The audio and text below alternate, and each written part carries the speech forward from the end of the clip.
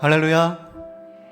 우리 시간 함께 기쁨으로써 빛 되시는 그 주님, 우리의 삶 가운데 역사하시는 그 주님을 찬양하길 소망합니다. 아멘.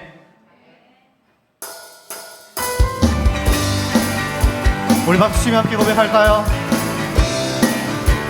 일어나라, 일어나라 주의 백성, 빛을 발하라.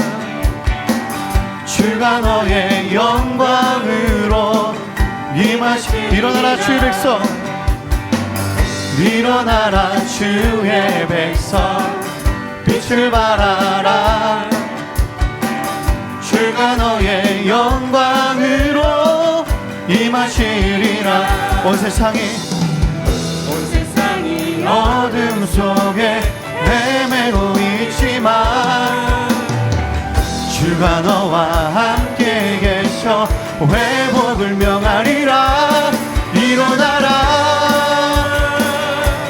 빛을 발하라. 만백성이 너의 빛을 보고 사방에서 나오네. 일어나라, 빛을 발하라. 만백성이 자유함으로도 기뻐. 우리 쳐보도록 합시다. 일어나라, 일어나라 주의 백성, 빛을 발하라. 빛을 발하라. 주가 너의 영광으로 임하시. 일어나라 주의 백성, 일어나라 주의 백성, 빛을 발하라. 주가 너의 영광으로 임하시리라. 온 세상이 어둠 속에 헤매고 있지만 주가 너와 함께 계셔 회복을 명하리라. 일어나라, 빛을 발하라. 만백성이 너의 빛을 보고 사방에서 나오네. 일어나라, 빛을 발하라.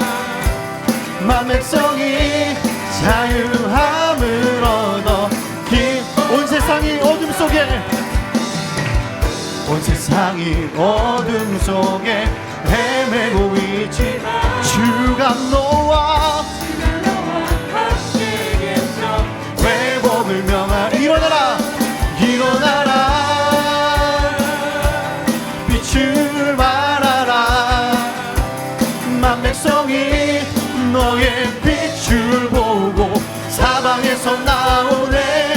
일어나라, 빛을 발하라. 만백성이 자유함을 얻어. 만백성이 자유함을, 만백성이 자유함을 얻어. 우리 마지막으로 만백성이 자유함을 얻어 기뻐하는도다. 아멘. 빛 되신 주님 찬양합니다.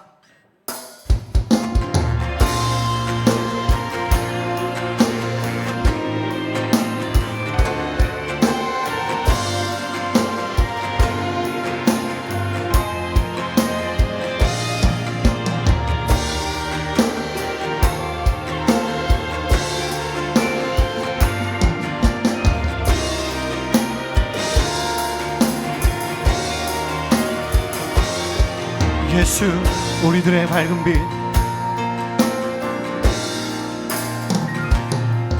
예수 우리들의 밝은 빛, 은혜와 긍휼을 베푸시는 주, 그의 길을 따라가는 주의 자녀들에게 항상 밝은 빛을 비추시네. 그는 구원의 주 하나님, 공의로 세상을 다스리시네. 경외하는 자들에게 부어주시는 놀라운 주님의 영광. 하늘에서 찬란하게 빛나는 주의 영광. 이 땅에 오셨네. 어둠을 밝히고 새 생명 주시네. 영원히 빛나는 나의 예수님. 높이 영광과 찬양 받으실 그 이름 경배합니다. 슬픔을 거두고 내게 자유 주시네. 기쁨의 노래를 영원한 나의 빛 예수께. 우리 처음부터 외갑시다. 예수 예수 우리 눈에 밝은 빛. 주의 은혜와 은혜를 베푸시는 주. 그의 길을 따라가는 주의 자녀들에게 항상 밝은 빛을 비추시네. 그는 구원의 주 하나님 공의로 세상을 다스리시네. 아멘. 주를 경외하는 자들에게 부어주시는 놀라운 주님의 영광. 하늘에서 찬란하게 빛나는 주의 영광. 이 땅에 오셨네. 어둠을 밝히고 새 생명 주시네. 영원히 빛나는 나의 예수님. 높이 영광과 찬양 받으실 그 이름 성배합니다. 슬픔을 거두고 내게 자유 주시네. 기쁨의 노래를 영원한 나의 빛. 예. 하늘에서 찬란하게 하늘에서 찬란하게 빛나는 주의 영광. 주의 그 영광 어둠을 밝히고 새 생명 주시네. 영원히 빛나는 나의 예수님. 높이 사랑과 찬양 받으실 그 이름 경배합니다. 슬픔을 거두고 내게 자유 주시네. 기쁨의 노래를 영원한 나의 빛 예수께. 하늘에서 찬란하게 빛나는 주의 영광. 이 땅에 오셨네. 어둠을 밝히고 새 생명 주시네. 영원히 빛나는 나의 예수님. 높이 영광과 찬양 받으실 그 이름 경배합니다. 슬픔을 거두고 내게 자유 주시네. 기쁨의 노래를 영원한 나의 빛 예수께. 우리 함께 기도하며 나아갑시다. 외국인들이 우리나라를 방문해서 놀라는 것이 여러 가지가 있는데, 그 중에 한국 사람들의 정직함에 대해서 굉장히 놀란다고 합니다. 그래서 카페를 방문해서 거기에 뭐 지갑이라든지 가방 같은 것을, 소지품을 놓고 장시간 자리를 비우더라도 아무도 가져가지 않는다라는 거예요. 그래서 유럽에서는 우리나라보다 이제 우리가 선진국이라고 알고 있는 유럽에서조차도 이것은 꿈꾸지 못하는 일이라고 합니다. 그런가 하면 택배를 시키는데 택배를 아무도 가져가지 않는다라고 하는 거예요. 뭐 택배함이 있지만 저만 해도 택배함에다가 귀찮아가지고 안 하고 그냥 현관문 앞에 놔주세요 그렇게 하거든요. 그랬는데도 아무도 그것을 가져가지 않는 거예요. 한국 사람들의 의식이 예전에 비해서 굉장히 많이 높아졌다고 생각을 합니다. 그래서 어떤 부분에 있어서는 우리가 선진국이라고 일컫는 뭐 유럽이나 미국보다도 우리나라의 의식이 더 앞서 있다고 생각을 해요. 자, 그런데 이것이 꼭 국민 의식 때문만은 아니라고 생각을 합니다. 사람은 누군가 나를 지켜보고 있다라고 생각할 때 좀 다르게 행동하는 경향이 있습니다. 여러분 이제 요즘에 어디를 가더라도 CCTV가 없는 곳이 없어요. 카페에도 CCTV가 있고, 엘리베이터를 타더라도 거기에도 CCTV가 있고, 현관 앞에도 CCTV가 다 있습니다. 그러니까 하다못해 뭐 CCTV가 없다 그러면 길거리에서 세워둔 자동차가 다 찍습니다. 블랙박스에서. 그래서 우리가 남의 시선으로부터 이제 자유하지 못해요. 그런 걸 아니까 섣불리 남의 것을 손대면 그래봐야 시간 지나면 이거 다 들통난다라는 생각이 있어서 그렇게 하지 못하는 것 아닌가라는 생각을 하게 됩니다. 여러분이 만약 나를 지켜보는 존재가 아무도 없다, 하나님도 나를 안 보신다라고 생각을 하면 우리는 지금 내가 하는 행동과 좀 다르게 행동할 것입니다. 요즘 우리 집에서 아이들이 자기 방문을 잠그는 횟수가 조금 늘어나고 있어요. 아영이가 이제 사춘기가 되면서 자기 방문을 잠그기를 시작했습니다. 그걸 보면서 아들이 짜증을 냈어요. 누나는 왜 방문을 잠그는지 모르겠다. 나는 사춘기가 되어서도 절대 내 방문을 잠그지 않겠다. 그랬는데 요즘에 잠그고 있습니다. 여러분, 왜 그 문을 잠글까요? 뭐 여러 가지 이유가 있겠죠. 뭐 혼자만의 방해받지 않는 시간을 갖고 싶어서 있겠지만, 그 중에 또 중요한 이유는 뭐냐면 뭔가 부모님 몰래 자기가 하고 싶은 일이 있는 거예요. 그래서 방문을 잠그고 그 일을 은밀하게 하는 것입니다. 딱 문을 열고 하면 잠겼잖아요. 그러면 이제 또 두드리죠. 문 열어. 그러면 이제 안에서 뭔가 이렇게 바스락바스락 거리는 소리가 들리고 문을 열어줘요. 증거를 인멸하고 마치 아무 일도 없었던 것처럼 문을 열어주는 것입니다. 여러분, 죄의 속성이 이와 같습니다. 뭔가 숨기는 거예요. 은밀하게 숨겨서 하는 것입니다.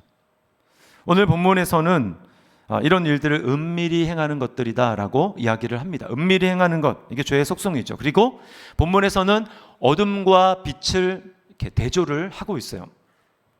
지난주와 연속성상에서 말씀을 드리자면, 어둠은 무엇입니까? 옛사람에 속한 일입니다. 또 빛은 뭐예요? 새사람에게 속한 일입니다. 오늘 본문을 통해서 하나님이 우리에게 주시는 메시지는 제목에도 나와 있지만 너무나 명확합니다. 너희는 이제 어두움에 속한 자가 아니다. 빛의 자녀들이니 빛의 자녀들처럼 행하라 라고 우리에게 말씀하고 있는 거예요. 자, 먼저 살펴볼 것은 빛의 자녀들은 어둠의 자녀들과 달라야 된다라고 하는 것입니다. 오늘 본문에 자녀 또는 아들이라는 말이 3번 나오는데, 1절에 보면 사랑을 받는 자녀 이렇게 나오고, 6절에는 불순종의 아들들, 그 다음에 8절에는 빛의 자녀들 이렇게 나옵니다. 여러분, 불순종의 아들들을 다른 말로 하면 어두움의 자녀들이라고 할 수 있겠죠. 자, 빛의 자녀들에 속한 일이 있고 어두움의 자녀들에게 속한 일이 있습니다. 그것을 지금 대조하고 있어요. 어떤 차이가 있습니까? 먼저는 열매의 차이가 있어요. 빛의 자녀들의 열매는 무엇입니까? 9절 말씀 보세요. 빛의 열매는 모든 착함과 의로움과 진실함에 있느니라. 착함과 의로움과 진실함. 자, 그러면 어두움의 자녀들의 열매는 무엇일까요?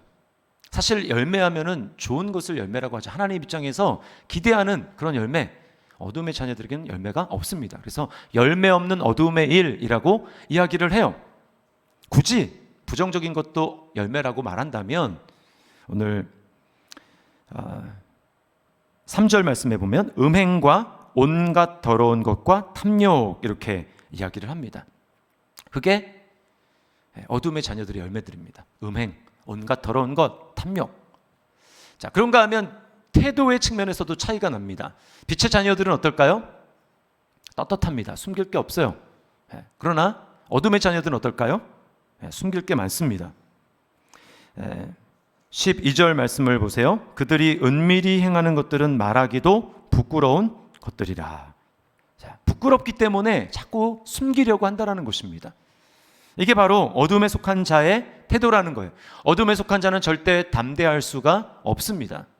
여러분, 우리가 왜 이 은밀히 행하는 부끄러운 일들, 이 어둠에 속한 일들을 하지 말아야 될까요? 오늘 본문에서는 두 가지 이유로 얘기를 하는데, 첫 번째는 우리가 빛의 자녀들이기 때문에 그렇다라는 거예요. 8절 말씀을 우리 같이 한번 다시 읽겠습니다. 시작. 너희가 전에는 어둠이더니 이제는 주 안에서 빛이라. 빛의 자녀들처럼 행하라. 자, 여기 잘 보십시오. 전에는 어둠이더니 이제는 빛이라는 거예요. 너희의 신분이 완전히 달라졌다라는 것입니다. 빛과 어둠이 함께 있을 수 있습니까? 없어요. 어둠이 있는 곳에 빛이 비치면 어두움이 물러가게 되는 것입니다. 그러니까 이 두 가지는 같이 짝을 할 수가 없다라는 거예요. 근데 우리가 빛의 자녀가 되었기 때문에 이제는 어둠의 일을 가까이 할 수가 없다.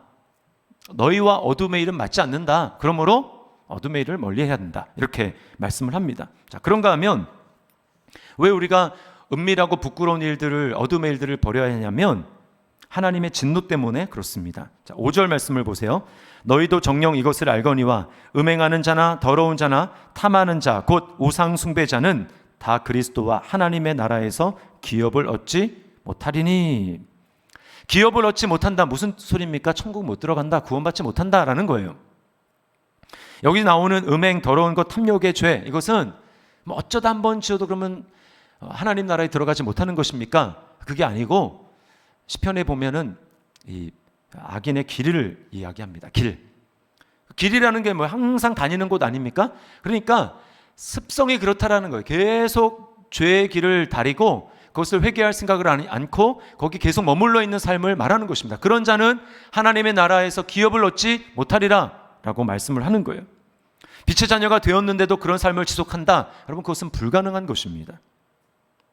우리는 빛의 자녀로서 어둠에 속한 일을 수단과 방법을 동원해서 그것을 피하고 멀리해야 합니다. 죄 자체를 미워하고 혐오해야 돼요. 죄의 인은 사랑하지만 그 죄 자체는 우리는 하나님의 시각으로 혐오해야 되고 미워해야 됩니다. 그 죄를 멀리할 수 있는 가장 적극적인 방법은 예수님을 바라보는 거예요. 그래서 제가 매 설교 때마다 가장 강조하는 것은 우리의 시선을 예수님께 두는 것입니다. 제가 예수님을 계속 강조하는 이유가 거기 있는 거예요. 그 예수님을 바라보게 될 때 우리의 마음이 변화되게 되고 마음의 감격과 감동이 있을 때 우리는 죄를 이길 수 있는 가장 적극적인 능력을 받게 되는 것입니다. 그러나 어떤 경우에는 어떻습니까? 예수님을 말해도 별로 감동이 안 될 때가 있어요. 마음이 굳어져서 그런 것이죠. 그럼 그럴 땐 어떻게 해야 될까요? 예수님 생각해도 눈물도 안 나고 별로 마음속에 감흥도 없고, 그러면 여러분 죄를 지어야 되겠습니까? 아니죠. 그럴 때는 어떻게 해야 됩니까? 오늘 말씀에 하나님의 진노하심, 그 하나님의 진노하심을 생각해야 됩니다. 죄를 미워하시는 하나님, 죄를 심판하시고 믿는 자가 죄를 지을 때 징계를 하셔서라도 그 죄에서 돌이키기를 원하시는 하나님의 두려움, 그 엄유하심을 생각해서 죄를 짓지 말아야 된다는 거예요. 수단과 방법을 동원해서 어떨 때는 사랑으로 하나님의 사랑에 감동해서 어떨 때는 하나님의 진노하시는 심판, 그것을 생각해서 죄를 피하라는 것입니다. 어떤 신학자가 이런 말을 했어요. 사랑에서 우러나서 하나님께 순종하고 서로를 섬겨라. 그러나 어떤 이유로 사랑이 당신을 자극하지 못할 때는 두려움이 그 역할을 하게 하라. 어떤 식으로 됐든지 우리는 죄를 핑계하고 또 괜찮다고 하는 그 속임수에 넘어가서는 안 되는 것입니다. 어떤 분은 뭐 인터넷 음란물에 중독되어 있는 그런 자녀들을 보면서 그 자녀들을 이해하고 바로 이끌기 위해서는 그걸 봐야 된다라고 이야기를 합니다. 제가 실제로 들었던 이야기예요. 여러분 정말 그렇습니까?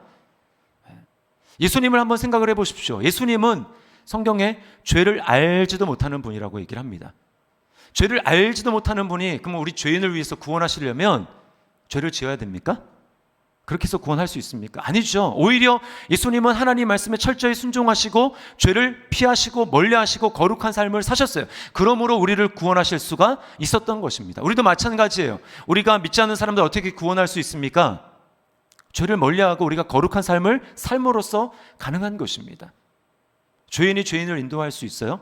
거룩하지 않는 삶을 살면서 구원할 수 있습니까? 그러면 소경이 소경을 인도하는 거예요. 나도 가려져 있는데 누가 누구를 인도한단 말입니까? 다 구덩이에 빠지는 것입니다. 그래서 마태복음 5장 13절에서 예수님 이렇게 말씀하셨어요. 우리 같이 한번 읽어보겠습니다. 시작. 너희는 세상의 소금이니 소금이 만일 그 맛을 잃으면 무엇으로 짜게 하리요? 후에는 아무 쓸데없어 다만 밖에 버려져 사람에게 밟힐 뿐이니라. 네, 짠맛이 있다. 다르다라는 것입니다. 세상 사람들과 다르다. 거룩하다라고 하는 것이죠. 그럴 때 비로소 우리는 세상을 구원할 수가 있는 것입니다. 기억하십시오. 빛의 자녀인 우리는 어둠의 자녀인 세상 사람들과 달라야 합니다. 두 번째 살펴볼 것은 빛의 삶이냐 어둠의 삶이냐의 문제는 겉에 드러나는 행동이 아니라 마음이 핵심이라는 거예요. 마음이 문제라는 것입니다. 오늘 여러분 5장 1절부터 14절까지 살펴봤지만 이게 지금 다 실제적인 어떤 문제를 다루고 있어요. 에베소 교회에게 가장 문제가 됐던 것이 뭔가? 그 바로 음행의 문제였습니다. 음행. 3절에 보면 음행과 온갖 더러운 것과 탐욕이라고 얘기하죠. 이게 대표가 바로 음행입니다. 그리고 4절도 마찬가지인데요.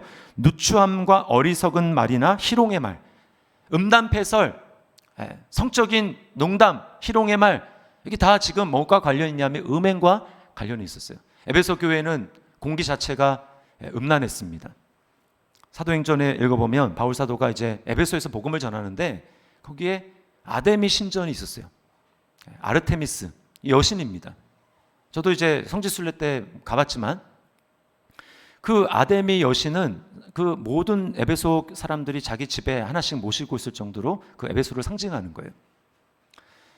이렇게 젖가슴이 24개나 달려 있습니다. 출산과 풍요를 상징해요. 그리고 그 에베소 사람들은 그 신전에서 예배를 하게 될 때 남자들은 그 신전에 있는 아데미 신전에 있는 여사제들과 난잡한 성행위를 했습니다. 이게 그 예배 속에 들어가 있는 거예요. 그러고 살던 사람들이 바로 에베소 남자들이었습니다. 그러니까 지금 그런 삶에서 예수를 믿고 바울이 전하는 복음을 듣고 이제 빛의 자녀가 되었으니 바울이 지금 뭐라고 하는 것입니까? 너희가 예전에 행하던 그 음행의 문제, 그런 우상 숭배는 잘못된 것이다 라고 지금 이야기를 하는 거예요. 예전에 관계된 그런 너희가 살던 그 삶에서 그런 음행의 말조차도 입 밖으로 꺼내지 말아라. 지금 바울이 이야기를 하고 있는 것입니다. 여러분, 그러면 우리는 어떻습니까? 대한민국은 아데미 신전이 없으니 음행의 문제가 우리에게는 해당 사항이 없습니까? 아니죠. 몇 달 전에 코로나가 한참 심할 때 이 N번방 사건으로 온 나라가 떠들썩 했었습니다. 뭐가 문제입니까? 지금 점점 이 채팅 앱이 음란의 어떤 도구로, 성매매의 도구로 쓰이고 있다는 거예요. 2016년 성매매 실태 조사에 따르면 청소년 10명 중에 7명이 앱을 통해서, 채팅 앱을 통해서 성매매를 한다는 것입니다.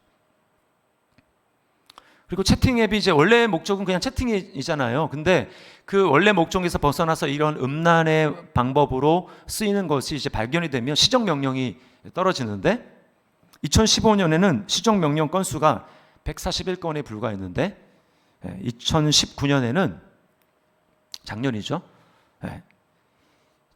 3,000건에 가까이 됐다라는 거예요. 그러니까 뭐예요? 5년 사이에 20배가 늘어난 거예요.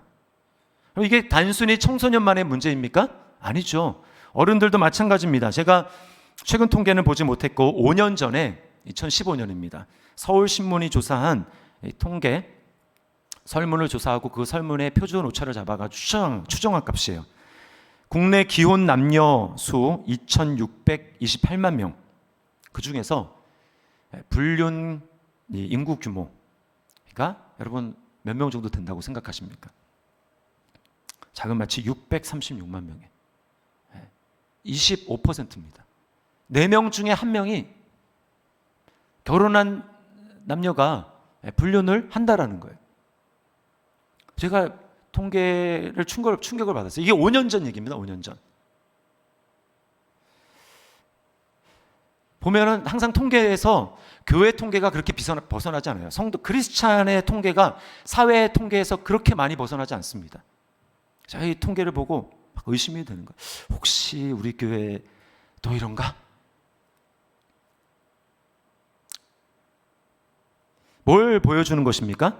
대한민국에도 우리의 가정 주변에도 우리 자녀들 주변에 이 음행의 문제가 매우 심각하다라는 것입니다. 눈에 보이는 신전은 없지만 우리는 이 음행의 문제에서 자유하지 못하고 어쩌면 우리는 똑같이 그 아담의 신전에서 우상 숭배라고 그 앞에 머리를 숙이는 것처럼 우상을 숭배하고 있을 수 있다라는 거예요. 여러분, 이런 성적인 문제를 다룰 때 우리가 꼭 기억해야 될 사실이 있습니다. 그건 뭐냐면 하나님이 성을 통해서 기쁨을 누리도록 창조하신 것은 하나님의 창조물이지 사단이 그렇게 한 게 아니라는 거예요. 에덴 동산을 기억해 보십시오. 하나님은 결혼이라는 제도를 통해서 성적인 기쁨을 누리도록 창조하셨어요. 그러나 죄가 들어오면서 모든 것이 달라집니다. 하나님은 이 성을 허락하신, 선물로 허락하신 그게 친밀한 관계를 통해서 나의 유익이 아니라 상대방을 섬기려는 그 사랑의 목적으로 결혼 제도 안에서 이 일을 행하게 될 때 온전한 쾌락과 즐거움을 누리도록 하나님이 창조하셨습니다. 그러나 이제 죄가 들어오고 사람들은 하나님이 창조하신 원래 목적에서 성을 잘못 사용하기 시작합니다. 오로지 육체의 쾌락과 만족을 위해서만 성을 추구하는 거예요. 결혼의 범위 안에서 성을 사용하는 것은 지루하다, 짜릿하지 않다라고 해서 결혼 밖의 범위에 넘어갑니다. 그리고 남녀 안에서만 허락된 그 성을 남자와 남자, 여자와 여자, 동성 간에도 합니다. 하나님의 창조 질서를 위배하는 것이죠. 그런가 하면 돈으로 삽니다. 돈으로. 성을 상품화해서 사고 팔면서 그 안에서 내가 이런 대단한 권력을 누리고 있고 내가 지배할 수 있다라고 하는 이 매우 잘못된 성을 사용하고 있는 것입니다. 여러분, 뭐가 문제입니까? 사람들은 이런 문제를 얘기를 하면 항상 문제를 밖에서 찾습니다. 환경이 문제입니다. 목사님, 제 아내와 하루만 한번 살아보십시오. 그러면 제가 왜 이렇게 행동하는지 정말 저를 공감하시고 이해하실 수 있을 겁니다. 상대가 너무, 저는 그러려는 의도가 아니었지만 상대가 너무 강하게 유혹해서 저도 어쩔 수가 없었습니다. 외부 핑계를 대는 거예요. 그런가 하면 부모들은 어떻습니까? 요즘에 미디어가 문제입니다. TV나 유튜브, 트위터 이런 온라인이 너무나 음란합니다. 다 맞는 말이에요. 그러나 여러분, 정말 문제가 외부에 있는 것입니까? 사역자도 마찬가지입니다. 성범죄를 저지른 목회자들, 나중에 문제가 터진 다음에 이야기를 해보면, 인터뷰를 해보면 뭐라고 얘기합니까? 사역이 너무 힘들고 부담스럽고 압박이 많고 그리고 외로움이 있어서 그래서 탈선했노라고 이야기를 하는 것입니다. 다 외부에 있다라는 거예요. 문제가 외부에. 물론 환경도 중요합니다. 그러나 오늘 말씀을 보십시오. 하나님이 우리에게 말씀하시는 것은 문제는 외부에 있는 것이 아니라 근본적인 문제는 마음 안에 있다. 너의 마음 안에 있다라고 말씀합니다. 오늘 5절 말씀을 보세요. 탐하는 자, 곧 우상 숭배자라고 이야기를 합니다. 3절과 5절이 짝이에요. 3절에 보면 그 행위 자체고 5절은 그 행위를 하는 사람을 이야기를 합니다. 음행과 더러운 것과 탐욕. 5절은 음행하는 자, 더러운 자, 그 다음에 탐하는 자. 근데 그 탐하는 게 뭐라는 거예요? 우상숭배라는 거예요. 우상숭배. 마음이 문제라는 것입니다. 여러분, 우상이 무엇입니까? 더 이상 우리는 뭐 신전이 있고 또 물론 이제 절에 가면 이제 석상이 있긴 합니다만 더 이상 우상은 외적으로 보이는 형태가 우상이 아닙니다. 뭐예요? 우상이 뭐예요? 우리에게 하나님만이 주실 수 있는 것을 하나님 아닌 다른 것에서 추구하고 찾고 그것을 의지하는 피조물을 하나님만이 주실 수 있는 것을 피조물에서 찾으려고 하는 것이 바로 우상이라는 거예요. 여러분 코로나로 얼마나 많은 사람이 스트레스를 받고 있습니까? 그래서 그 스트레스를 좀 해소해 보려고 어떤 사람은 술을 마신다고 한번 생각을 해보세요. 스트레스를 견디지 못하겠어. 이 상황을 벗어나려면 내가 술을 먹어야 돼. 그래서 술을 계속 의지합니다.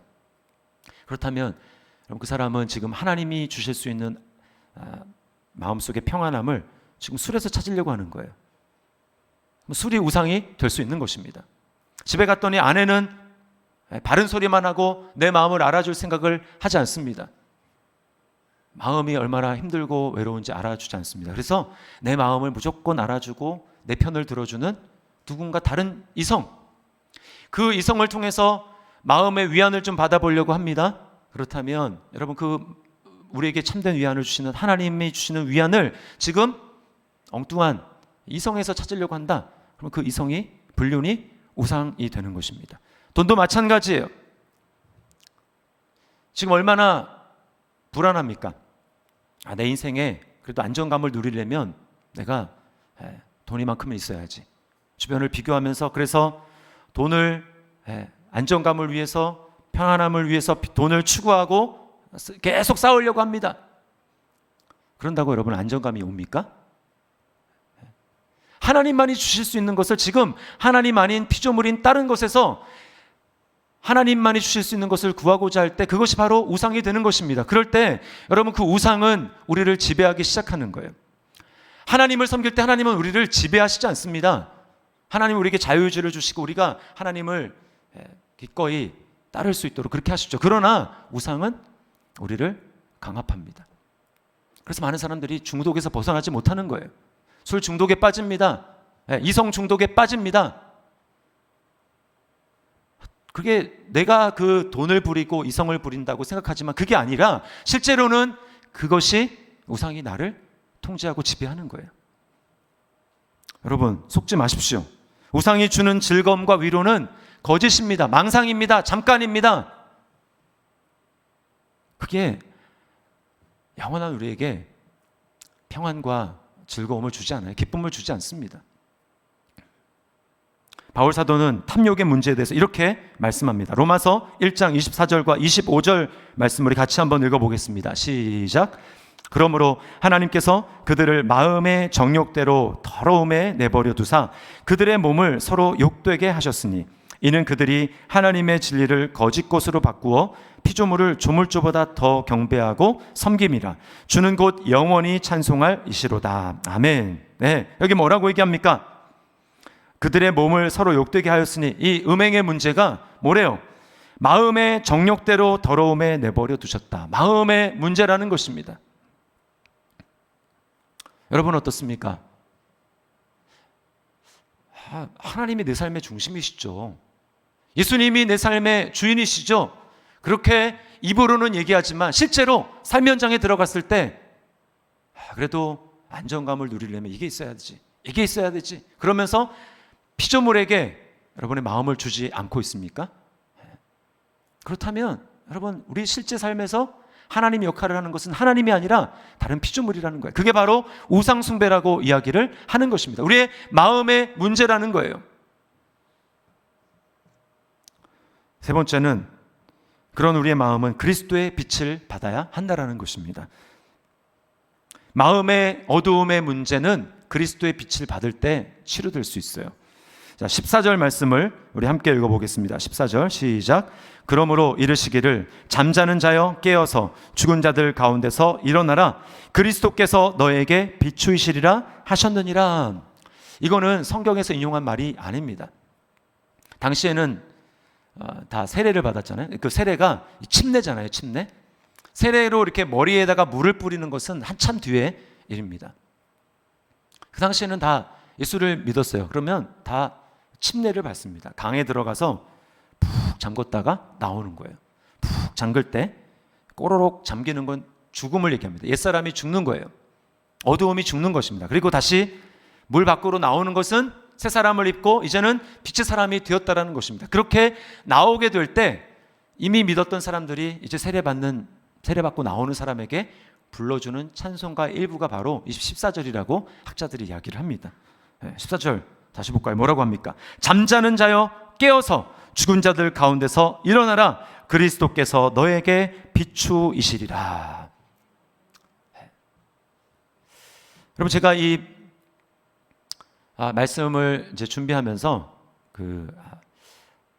은밀히 행하고 부끄러운 그 삶에 있다가 예수님을 만난 다음에 이제는 그 부끄러움에서 완전히 사람들의 눈도 의식하지 않고 빛의 자녀로서 담대해진 한 사람이 생각이 났어요. 그게 누구냐면 바로 사마리아 여인입니다. 사마리아 여인. 잘 알죠? 사마리아는 어떤 사람이었습니까? 남편이 5이 있었어요. 5이. 그리고 지금 6번째 남자와 사는데 남편이 아니래요. 예수님과의 대화에서 드러난 건 남편이 아니래요. 무엇입니까? 결혼하지 않고 지금 동거하며 사는 것입니다. 지금도 만약에 이런 전과라고 하니까 이제 이 과거를 가지고 있던 여자가 만약에 우리 주변에 산다. 사람들은 엄청나게 손가락질하며 비난할 것입니다. 그 당시에는 말할 나위가 없는 거예요. 그래서 이 여자는 부끄러웠습니다. 자신의 과거가 부끄러웠어요. 숨기고 싶었어요. 어떻게 하든 사람과 접촉하기를 원치 않았어요. 그래서 이 여인이 하는 방법이 그래도 이제 물은 마시고 살아야 되잖아요. 우물에 가서 물을 길어 오는데 아무도 사람이 다리지 않는 너무 뜨겁고 햇볕이 너무 뜨거워서 피하는 정오 그 즈음에 맨날 나가서 거기서 물을 길어 옵니다. 예수님이 그 여인을 아셨어요. 멀리 떨어져 있지만 예수님은 그 여인의 아픔을 아셨어요. 그리고는 예수님은 그 여인을 찾아가십니다. 굉장히 멀어요. 예수님이 계신 곳은 지금 예루살렘인데 이 여인이 있는 곳은 사마리아의 수가라는 동네입니다. 제가 지도를 찾아보니까 아무리 적게 잡아도 한 40km, 최소 40km. 그 거리를 그 여인이 아주 노출 시간이 짧기 때문에 그 시간을 놓치지 않고 딱 정오 이전에 도착하려면 예수님은 1시간에 한 10km를 빠른 걸음으로 최소한 5시간 정도 잡고 걸어가신 것입니다. 땀이 났어요. 성경에 보니까 예수님이 매우 피곤하셨다고 기록을 하고 있습니다. 그래서 예수님이 그 여인을 만나서 이렇게 말씀합니다. 매일매일 길로 나오는 이 물을 다시 마셔도 목이 마르지만 내가 너에게 주는 물을 마시면 그 물은 속에서부터 샘물이 되어서 영원히 목마르지 않는 물이 될 것이다 라고 말씀을 하십니다. 그리고 예수님은 그 여인의 사람들에게 알려지지 않기를 원했던 부끄러운 숨기고 싶었던 은밀히 행했던 그 문제를 예수님은 드러내세요. 나중에 나오지만 이 책망한다라는 뜻이 바로 드러낸다라는 것입니다. 예수님은 그 여인의 죄의 문제를 드러내셨어요. 그리고 여인은 마침내 이분이야말로 내가 기다렸던 하나님의 아들 메시아구나 라는 것을 알고 더 이상 자신의 과거가 부끄럽지 않았어요. 그래서 물동이를 내버려 두고 동네로 들어가서 내가 만난 이 사람을 만나보십시오. 이 사람이 바로 하나님의 아들 우리의 메시아가 아닙니까? 라고 사람들에게 담대히 나갔습니다. 부끄러운 것도 다 사라졌어요. 빛의 자녀가 된 것입니다. 여러분, 어떻게 이런 일이 가능합니까? 그것은 예수님이 이 여인이 과거에 은밀히 행했던 죄악들, 탐욕의 문제들, 음행의 문제, 그 수치를, 부끄러운 것을 예수님이 자기가 다 담당하시고 십자가에 달리셨기 때문입니다. 여러분, 십자가를 한번 생각해 보세요. 십자가에 달린 예수님, 겉옷뿐만 아니라 속옷까지도 다 벗김을 당했습니다. 십자가는 수치예요. 부끄러움의 상징인 것입니다. 주님은 죄를 짓지 않으셨지만 우리가 나의 탐욕 때문에, 나의 이기심과 욕심 때문에 부끄럽게 행한 그 죄의 문제를, 수치를 주님이 대신 지시고 우리를 위해서 대신 부끄러움을 당하시고 벌거벗김을 당하셨어요. 그것이 바로 주님의 사랑입니다. 그리고 오늘 2절 하반절에 이렇게 말씀을 해요. 그는 우리를 위하여 자신을 버리사 향기로운 제물과 희생 제물로 하나님께 드리셨느니라. 우리를 위해서 자신을 버리셨습니다. 우리가 버림받아야 되는데 예수님이 자신을 버리심으로 말미암아 우리가 하나님에게 용납을 받게 되었어요. 주님이 벌거벗김으로 말미암아 우리는 더 이상 벌거벗은 수치가 아니라 예수 그리스도로 옷 입은 자가 되었습니다. 우리는 더 이상 부끄러운 자가 아니라 하나님 앞에 담대히 당당하게 나갈 수 있는 사람이 되었어요. 우리가 빛의 자녀가 된 줄 믿습니다. 그리스도 때문에 우리가 빛의 자녀로 당당하게 나갈 수 있는 사람이 되었다라는 거예요. 여러분, 이게 얼마나 감사합니까? 정말 그리스도 안에서 내가 빛의 자녀가 되었다라는 것을 믿는다면 우리는 어떻게 살아야 될까요? 11절 말씀입니다. 너희는 열매 없는 어둠의 일에 참여하지 말고 도리어 책망하라. 어둠의 일에 참여하지 말라. 아예 싹을 자르라는 얘기입니다. 아예 싹을 잘라라. 이름조차도 부르지 말아라. 어둠과 관계된 일이라면 아예 싹을 잘라야 된다. 그런데 우리는 날마다 아침을 시작할 때 이렇게 선포해야 돼. 나는 빛의 자녀다. 나는 어둠에 속한 것을 이제 하지 않는다. 라고 날마다 선언해야 합니다. 여러분, 구약에 나오는 요셉 아시죠? 요셉. 요셉이 이제 보디발의 집에 있을 때 그 아내가 날마다 요셉을 유혹했어요. 함께 잠자리를 하자고. 요셉이 어떻게 했습니까? 아예 마주칠 기회조차 만들지 않는 것입니다. 아예 싹을 자르는 거예요. 우리도 그렇게 해야 합니다. 지금 뭐 코로나 상황이기 때문에 악수할 일이 없지만 제가 우리 남자 성도와는 악수를 하지만 여자 성도와는 악수를 하지 않는 일이 이유가 그래서 그래요. 싹을 자르는 것입니다. 우리가 직장 생활을 하거나 아니면 뭐 이웃에 살다 보면 뭔가 호감에 드는 이성을 이제 접촉할 기회가 있지 않습니까? 그러면 호감은 호감으로 끝나야 돼요. 교회도 마찬가지입니다. 교회 안에서 활동하다 보면 어떤 그 이성이 호감 있는 이성이 딱 다가왔어요. 그러면 그냥 호감으로 끝나야지 계속 생각하고 뭐 기회를 만들고 그러면 안 되는 것입니다. 기회를 차단해야 돼요. 마음에 두면 안 됩니다. 자, 그런가 하면 어둠의 일을 우리는 책망해야 합니다. 여기서 책망한다라는 거 아까 말씀을 드렸죠? 막 대놓고 앞에서 막 야단치는 게 아니고 폭로하는 것입니다. 드러내는 것입니다.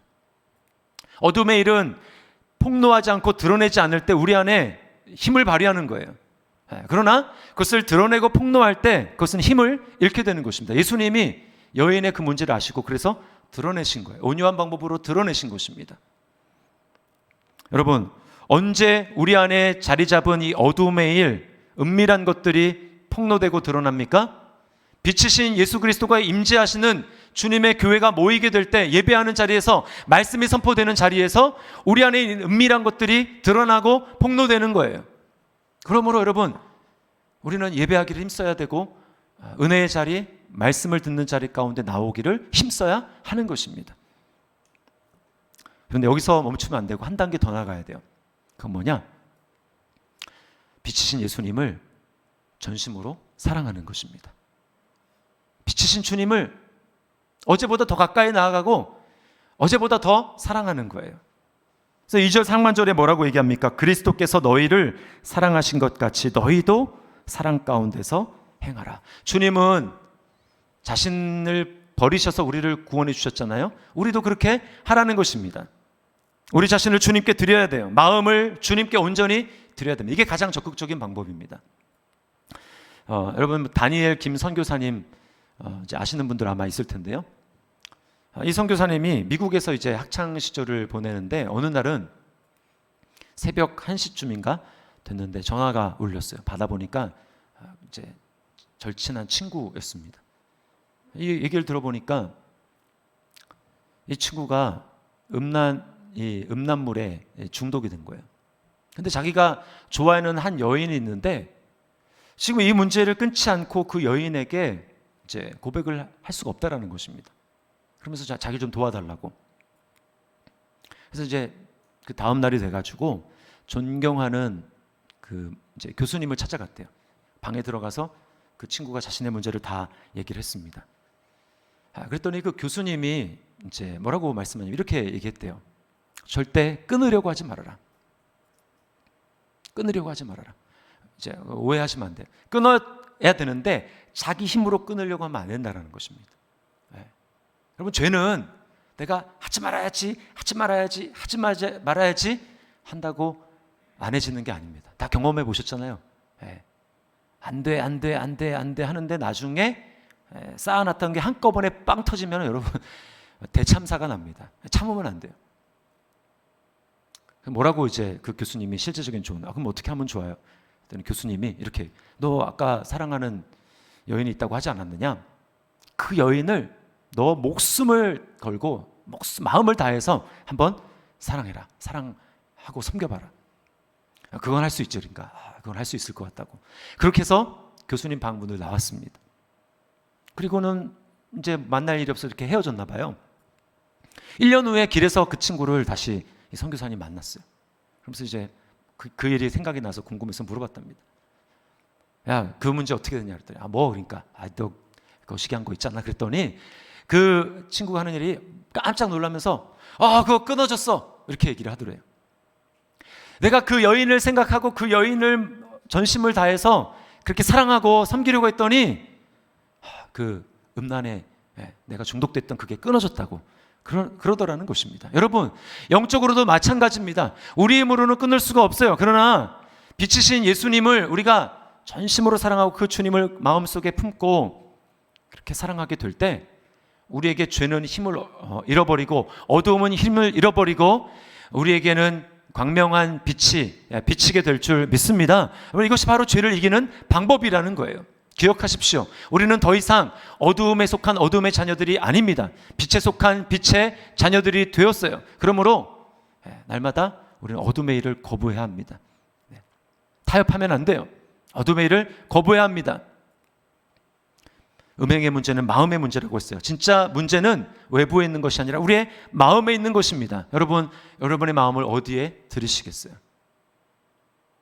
나를 위해서 대신 수치와 부끄러움을 당하신 예수님, 그 예수님이 나를 위해서 자신을 버리신 것처럼 이제는 내가 그 주님을 전심으로 사랑하기로 작정하고 그분에게 내 마음을 드리며 나아갈 때 우리 마음속에 있는 모든 어두움은 떠나가고 우리는 빛의 자녀로서 살아가게 될 줄 믿습니다. 그러한 능력을 우리에게 주실 줄 믿습니다. 빛의 자녀로서 살아가는 저와 여러분이 될 수 있기를 주님의 이름으로 축원합니다.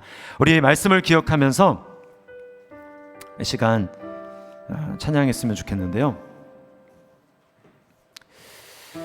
내 영혼의 햇빛 비치니 내 영혼의 햇빛 비치니 주 영광 찬란해 이 세상 어떤 빛보다 이 빛 더 빛나네 주의 영광 빛난 광채 내게 비춰 주시옵소서 그 밝은 얼굴 배울 때 나의 영혼 기쁘다. 우리 시간 우리 영혼의 빛 되신 그 주님 사랑하고 찬양하기를 원합니다. 우리 시간 박수 치면서 이 찬양 드릴게요.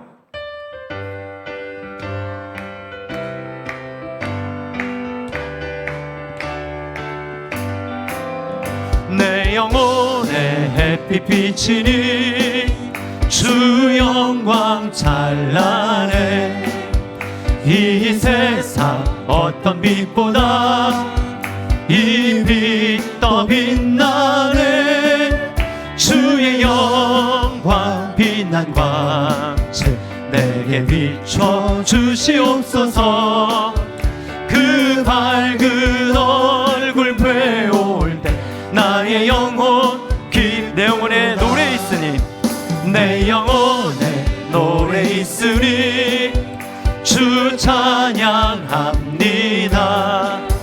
주 귀를 기울이시사 다 듣고 계시네 주의 영광 빛난 광채 내게 비춰 주시옵소서 그 밝은 얼굴 배울 때 나의 영혼 내 영혼의 봄날 되어서 내 영혼의 봄날 되어서 주 함께 하시네 그 평화 내게 깃들고 그 평화 내게 깃들고 주 눈에 꽃피 아멘. 주의 영광 빛난 광채 내게 비춰 주시옵소서. 그 밝은 얼굴 배울 때 나의 영혼 기쁜, 내 영혼에 희락이 있고 내 영혼, 하나님만이 우리에게 기쁨을 주십니다. 그 소망 넘치네. 주 예수 복을 주시고 또 내려주신 아멘. 주의 영광 빛난 광채 내게 비춰 주시옵소서. 그 밝은 얼굴 배울 때 나, 우리 1절만 다시 합니다. 내 영혼에 햇빛 비치니, 내 영혼에 햇빛 비치니 주 영광 찬란해. 이 세상 어떤 빛보다 이 빛 더 빛. 아멘. 여러분 정말 믿습니까? 주의 영광 빛난 광채 내게 비춰 주시옵소서. 그 밝은 얼굴 배울 때 나의 영혼 기쁘다. 주의 영광, 주의 영광 빛난 그 광채 내게 비춰 주시옵소서.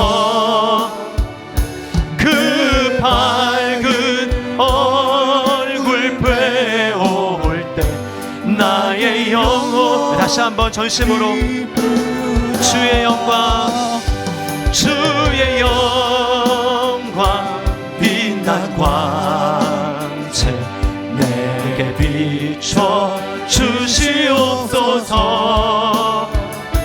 그 밝은 얼굴 배울 때 나의 영혼, 우리 주님께 사랑을 고백합니다.